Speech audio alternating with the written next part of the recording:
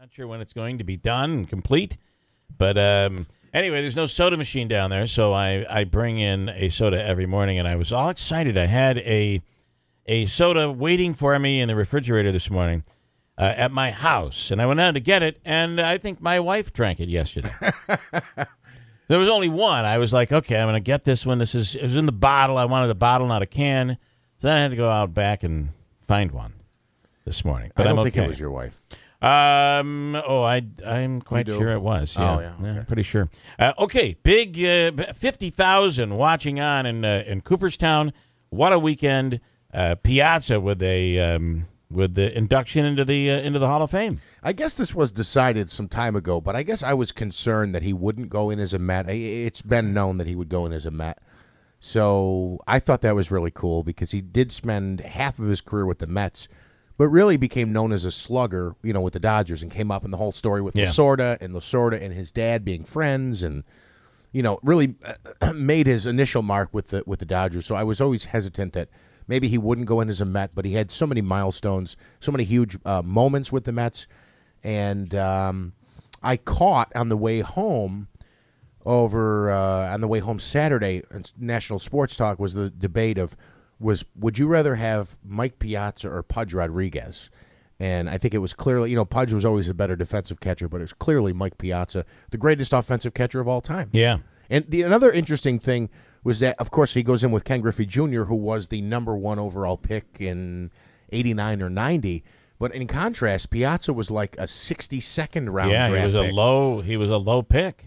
So it was just interesting that on that same weekend, the two guys inducted. One was a #1 overall pick. By the way, I believe the first ever #1 overall pick to go to the Hall of Fame, Ken Griffey Jr., and then to have someone on that same weekend inducted in who was complete like, contrast. Yeah, the opposite.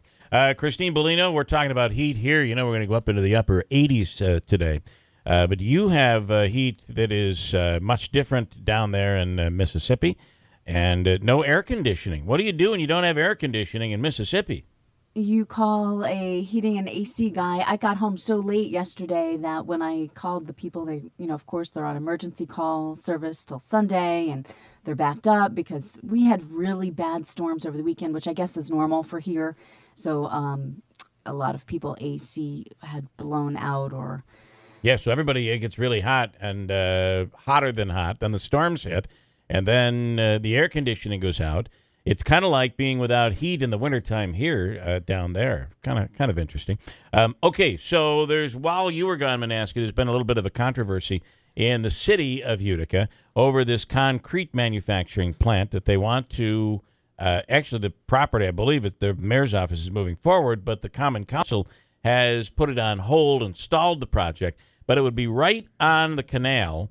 Now, it's over in an industrial area, that is true, over near in the area where those oil tanks used to be, and they're gone. It's where the fire and police training goes on. It's also over near the recycling center. And the controversy is that why would we want to put a manufacturing plant that does asphalt and concrete right there on the Mohawk River? And it's right on the banks of the Mohawk River. So it's been tabled, and a story came out yesterday that focused on Ken Rozier, local media guy. And Ken Rozier told a few members of the Common Council that the mayor had asked him not to talk to the Common Council and only to really talk to him if he had an issue. As you can imagine, that did not go over well with the Common Council. This controversy is just kind of bubbling up right now. And the OD just dipped their toe into the water and I think swirled things up just a little bit. So, wow. So it wouldn't be down in the Harbor Point area. It'd be further down on the canal. It's down over where the recycling center is, down by the canal. So it's on the banks of the Mohawk River. Okay. So it would be just down from Aquavino. And I can't imagine they're not concerned over the fact that the dust from the concrete and potentially the smell and odor coming from the asphalt would be a real problem. But it doesn't seem to be just that. This is waterfront. Wouldn't you want to redevelop that? And I found out that they were trying to, years ago during the administration, the Julian administration, that they were trying to do a kayak and boat launch area over there, where people would be able to rent kayaks and canoes and that sort of thing, and get into the canal from there, and get into the river from there as well. But obviously, if there's a concrete and asphalt plant, manufacturing plant there, that would be a bit of a problem. We'll talk about it coming up. 6:32. Christine has news coming up here Monday morning at WIBX.